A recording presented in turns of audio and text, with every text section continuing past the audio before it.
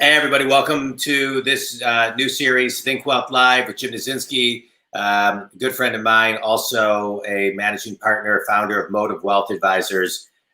Jim is a wealth advisor. And we were talking, and one of the things we thought would be a really good idea to do is to host a show about every other week where we talk about money and we talk about wealth. I think a lot of times it doesn't really get talked about, right?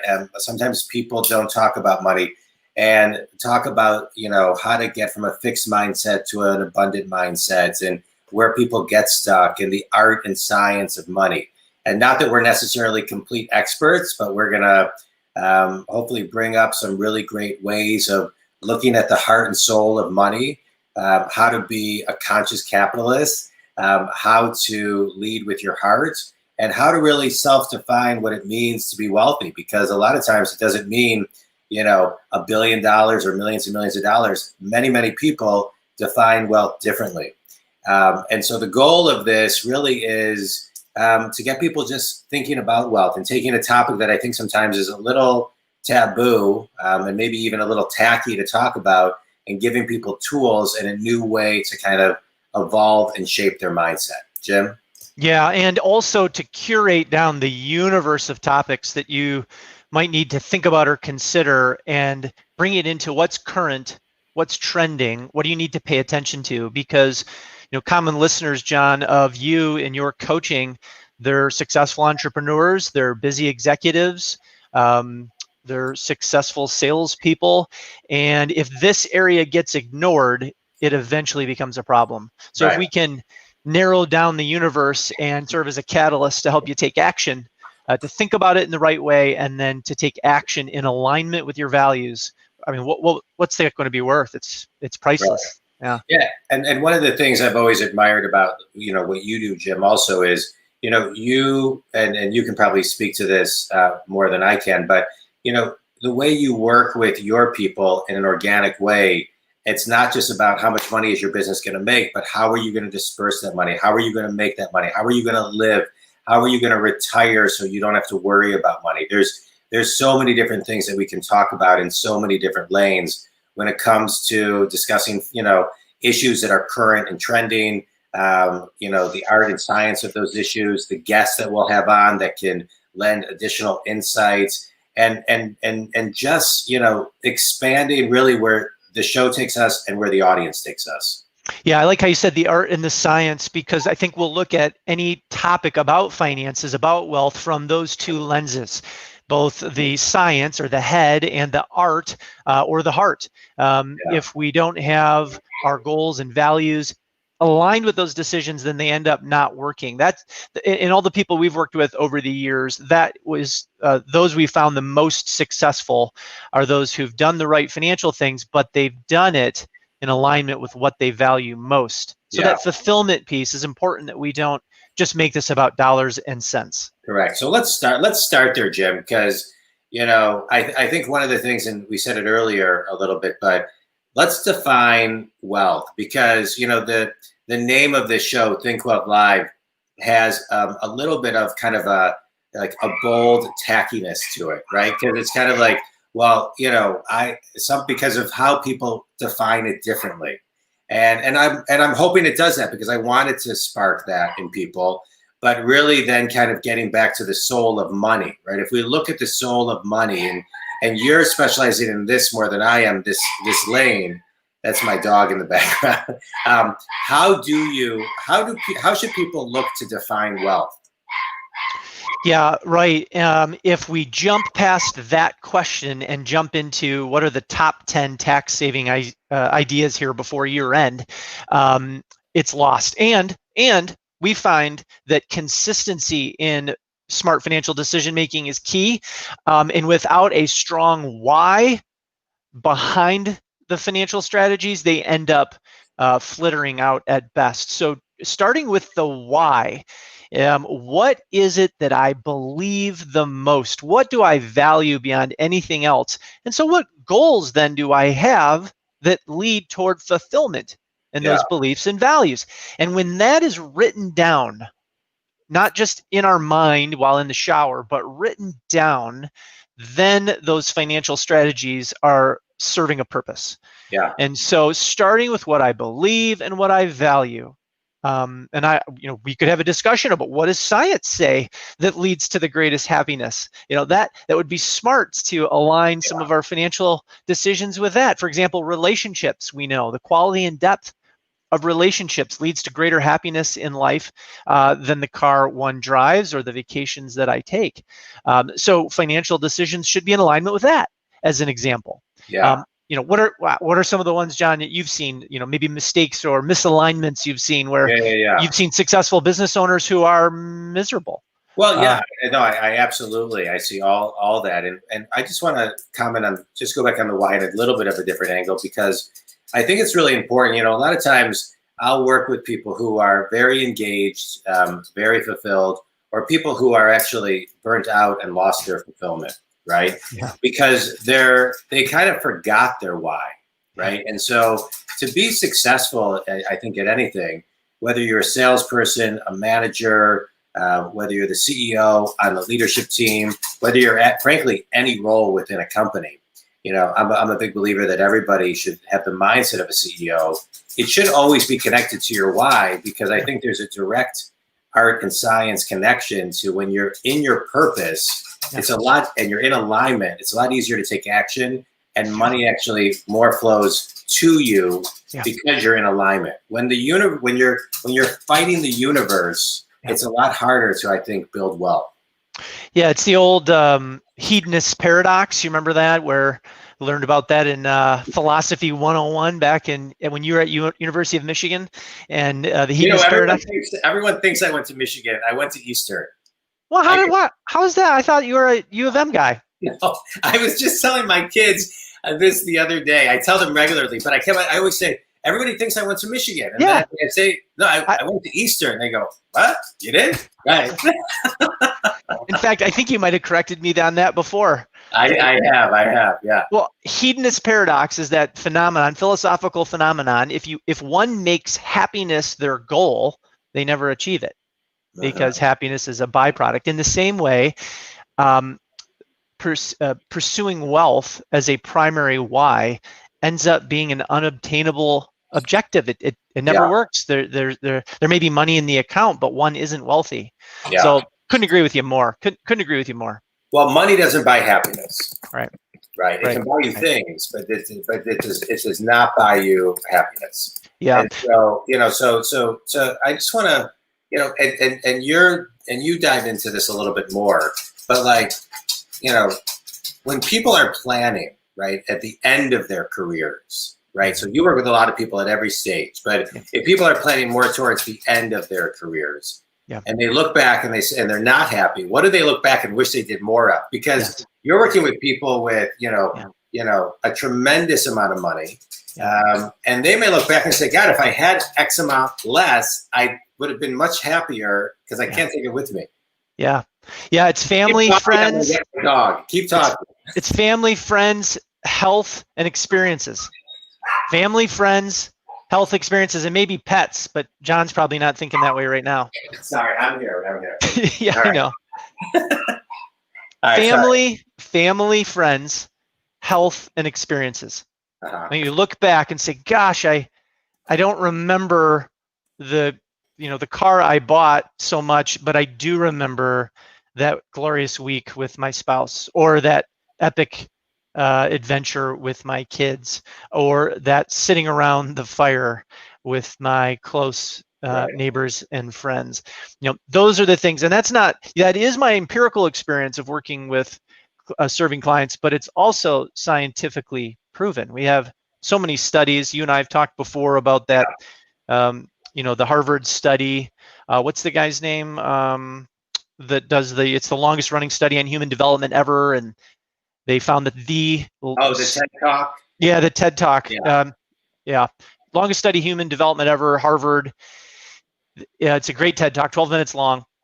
They found for sure that's the thing. Its relationship is the highest correlator to wealth, well-being, sense of having plenty, is having a deep relationship. But certainly health gets in there, and experiences over items, choosing to experience the world rather than buy things. Yeah. And so without a doubt, those end up being the items that rise to the surface. So if you're thinking about wealth, what do you need to think of? Well, you better start with, what do I really value and what's really important to me? Right. And start with a list of that. Step one. Yeah. I'm just writing this down. One of the things I think is important as you're talking about is the whole idea of to actually think about wealth, right? To think about wealth, you really need to think about, I think, first and foremost, where you got to think about where you need to slow down. Yeah. Right, where you need to slow down and kind of so you can kind of like take a pause. Well, sure. Right. If wealth is about allocating capital, what are the capitals that we have? We have time, we have energy, perhaps the two largest. And to your point, if we're going to accumulate, if we're going to grow what's most important to us, if we're going to make an investment, we have to allocate our time and energy, and we should do so in alignment with this why, in alignment with those values. We can't just start adding to our existing list of uses of time and energy. We're going to have to take from something if we're going to increase and grow our wealth. If we're going to invest more, if we're going to save more in what we value most, and what will end up proving to be making us feel the most wealthy, the most abundant. Yeah, great point.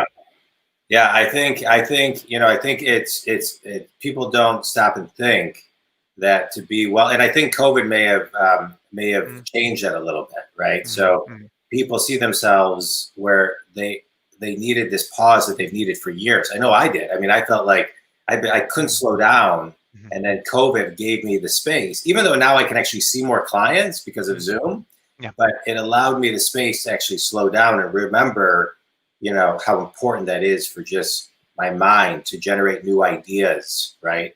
So, let's just kind of, run down this. Like if you pause and you slow down and you take minutes to think, then you can actually come up with more ideas that can actually get you into a new level of consciousness, that can actually make you money, and you can actually grow your wealth simply by taking some me time, right?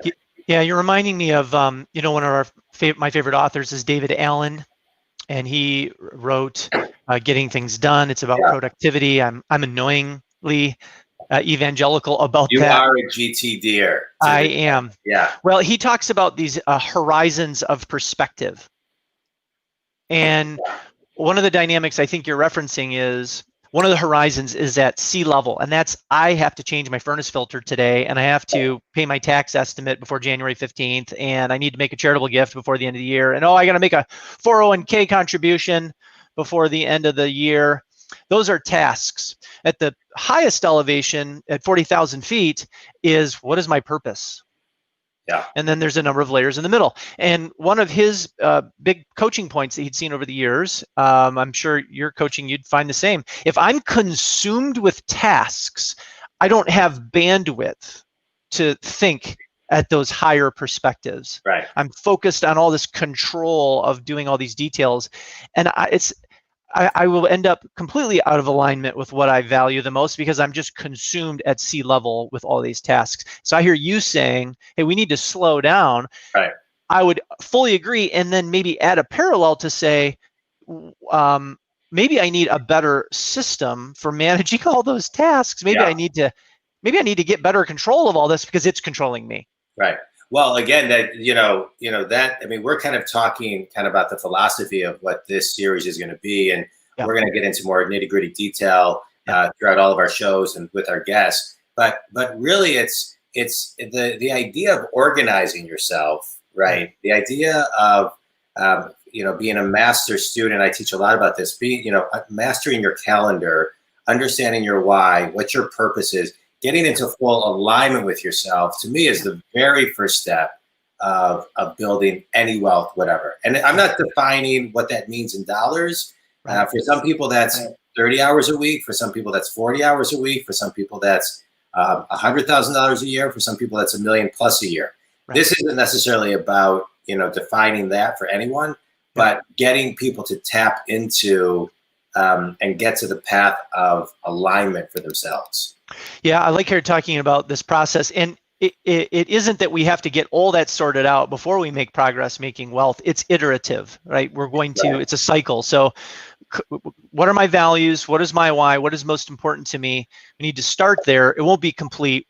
We'll continue through this process of this cycle of building wealth, but we're going to come back to that, and we're going to redo it over and over as we grow and mature. And we began to speak about, I think, the second step, and that is organization. Yeah.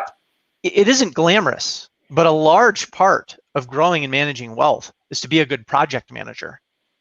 Correct. I mean, it is about a bunch of projects with multiple steps that need to be done at a certain time and in a certain way, and it needs to be sustainable. Right. So organizing the simple fact of saying, what do I own, what do I owe, and where is it all? Right. And be able to see that efficiently, while not glamorous, I will tell you, most people aren't organized when it comes to their finances. And so how does somebody begin to get organized, right? Because I'll tell you, I mean, I think I'm pretty organized when it comes to what you're talking about. Yeah. But I'll tell you, when my dad passed away 4 years ago, what I realized was I was very organized, but Joanna knew nothing about what I was organized about. Yeah. So God forbid something happened to me, right? So what we did overnight was had a meeting with, our team of people, our team, to make sure Joanna was in the loop in case anything, God forbid, happened to me. And I don't think that's uncommon, right? One spouse taking control and the other spouse saying, hey, that person has it. But like there's different layers of organizing when it comes to protecting your wealth. And so talk a little bit about, people build. I hear it all the time, and then they pass away. They didn't have a will, they didn't have a trust, and then they're in probate for months and months and months. So how do you protect your wealth? Yeah. Two answers to that. One, as you were referencing this series, you and I, we're going to get very specific. We're going to give real implementable ideas and strategies. But on this intro gathering, you and me, John, we're setting out this framework. And so one of those frameworks for that is that organization needs to be horizontal, vertical, up and down. So horizontal, I need to plan my wealth, but it needs to be also organized for my partner, my spouse. Otherwise, I've left a mess if something happens to me.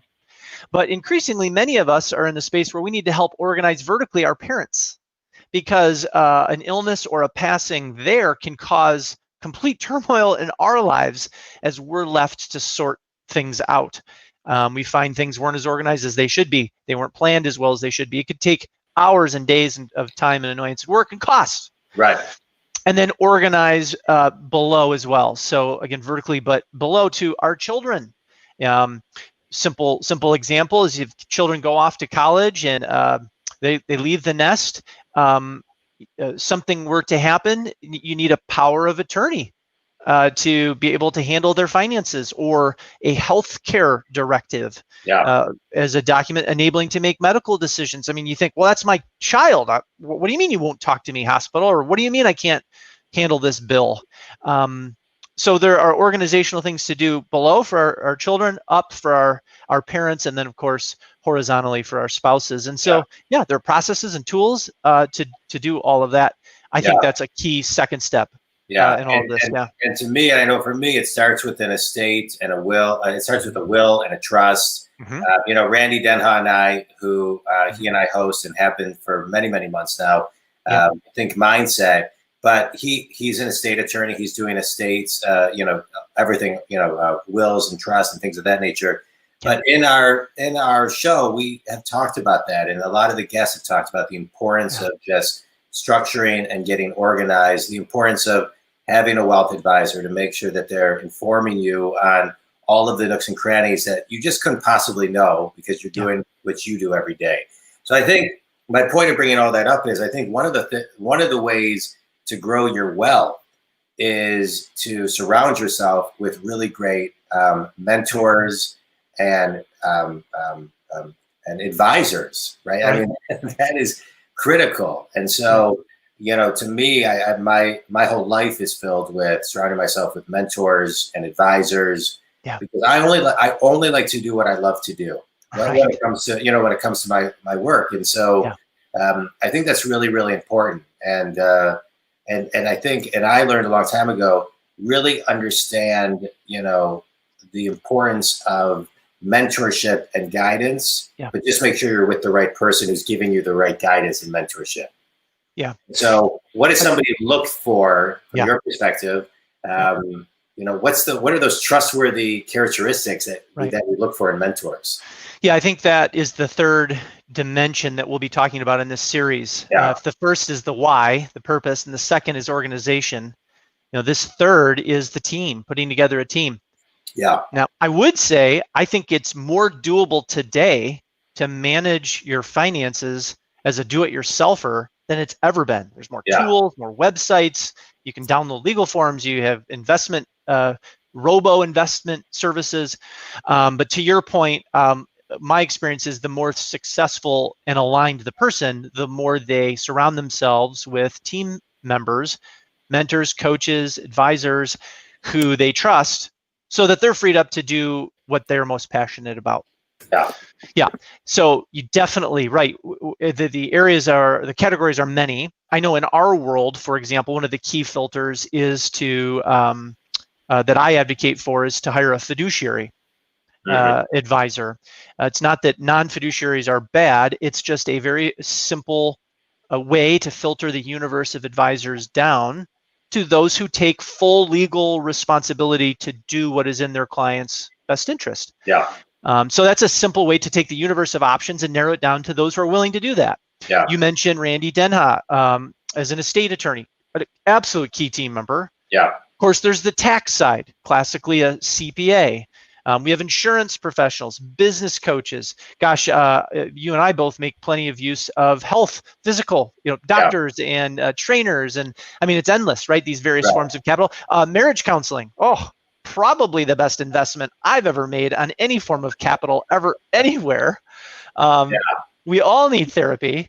And so, this team and how to pick them, where to find them, I think is another part of all this about thinking about your wealth. Yeah. And what you're talking about too, and what I'm taking from that is, whether it's a trainer, whether it is a meditation app, you don't necessarily have to pay for it.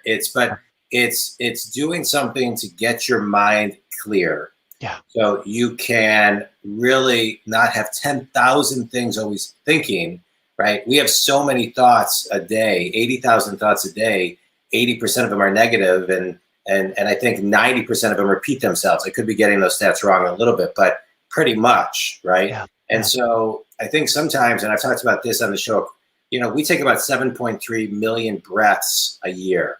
And that's one thing that we don't have a mentor. Nobody has like a breathing mentor. Well, many people don't have a breathing mentor, but a lot of people talk about meditation. But when you think about just the power of breath, again, I just want to give a solution to people who may not be able to afford all of the things, right? That we're recommending, but everybody can breathe for free.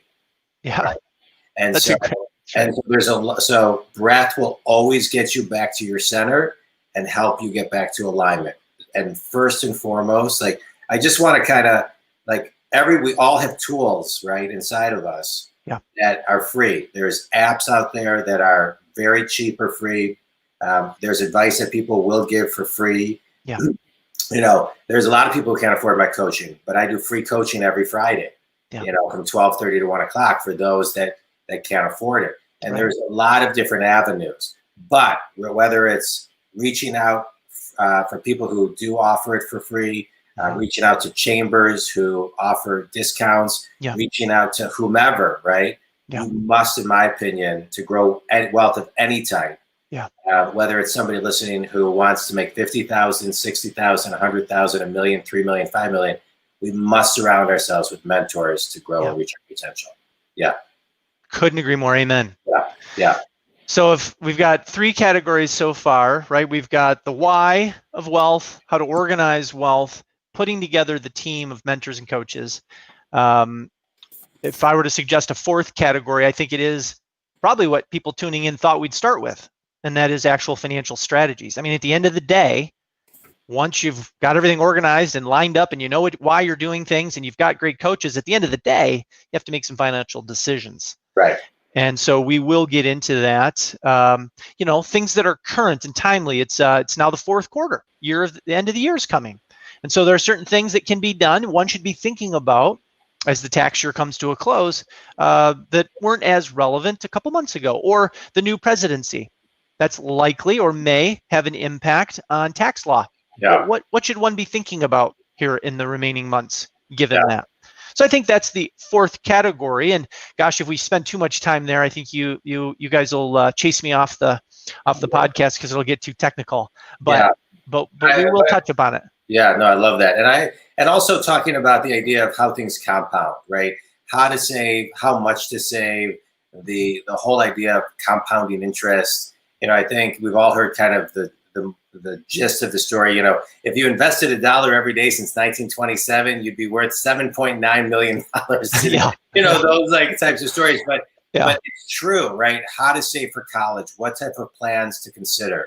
A lot of those things I know you're going to bring to the table. A lot of guests are going to bring to the table. I hope to bring really just kind of a business perspective of it. As you really bring more of that advisory expertise to the table. Yeah, and we'll be stirring up the dust to say, here's a topic that you should be aware of and you'll need to go explore. Obviously, in this context, we can't give recommendations. We don't know your situation, but we're going to send you in the right direction of things you should look into. It's about just bringing awareness and raising the level of consciousness. That's right. That's right. Again, like talking about money. A lot of people don't talk about money. And a lot of these tips and tricks, I feel like I see it all the time in business, and I feel like you probably do too. Basic things that you think people, even of means, know about. They have no clue. That's right. Yeah, and we're going to be talking about a lot of those on the show. Well, it actually makes sense because they're so successful in some other area. Correct. So they didn't spend time on these topics. Yeah. All right, Jim, this is exciting. I know we have to read like a compliance statement. You want to throw that? Right. Throw out the compliance statement. The most exciting part as we close. All right. Jim Niedzinski, I'm a registered investment advisor. I offer investment advisory services through Motive Wealth Advisors, a DBA of True Independence Asset Management, a registered investment advisor with the U.S. Securities and Exchange Commission. Any material discussed is intended for informational purposes only. It should not be construed as legal or tax advice and is not intended to replace the advice of a qualified attorney or tax advisor. This information is not an offer or a solicitation to buy or sell securities. The information contained may have been compiled from third-party sources and is believed to be reliable. It was a pleasure, John. We're going to have a lot of fun. It's great. I'm just trying to look for this book of Jim Cramer's Real Money. I started listening, if you ever listen to Jim Cramer, he's a book. I don't know if he's good or bad, but his book is somewhat entertaining. But I wanted to ask you in closing, any favorite books you've been reading lately? Small Giants, about being a purpose-driven business. I know, John, you do work with their organization, coaching work, I believe. Yeah. I do some stuff with I speak at some of their events. Yeah. Also behind me, that has been huge for me this year, and I think it's a great COVID book, is Essentialism by Greg McKeown. Right. Love that book. And so those two have risen to the top as being an impact. And then the other one there, Brené Brown. Yeah. The Gifts of Imperfection. It's an older book. I think it's 10 years old, but Brené Brown has been great for me. Yeah. So those are the three I'm reading. Yeah. None of them directly on finance. Most of the financial stuff I read is super technical stuff that's different and changing every day. Yeah. A couple books I'm reading right now. Change Your Thoughts, Change Your Life, Wayne Dyer, which is a great book. David and Goliath by Malcolm yes. Gladwell. I don't know if you read it. And The Everything Store by Brad Stone, which is about Amazon, and which is great. The David and Goliath TED Talk is really good. Malcolm. Yeah. All right, man. This was fun. I appreciate you. I appreciate your time. I appreciate your insight. I'm looking forward to doing this. We'll be back in 2 weeks. I appreciate everybody who tuned in. Yes. Any closing thoughts, Jim? Yeah, you and I, we blessings and wealth in the most meaningful ways to all of you listening. Yeah, and I think in closing too, I think one of the things you and I want to do is just make it not only fun as we kind of talk back and forth and have guests, Yeah. but making money should just be fun. And we yeah. want to kind of bring out the joy of it, right? I Yes.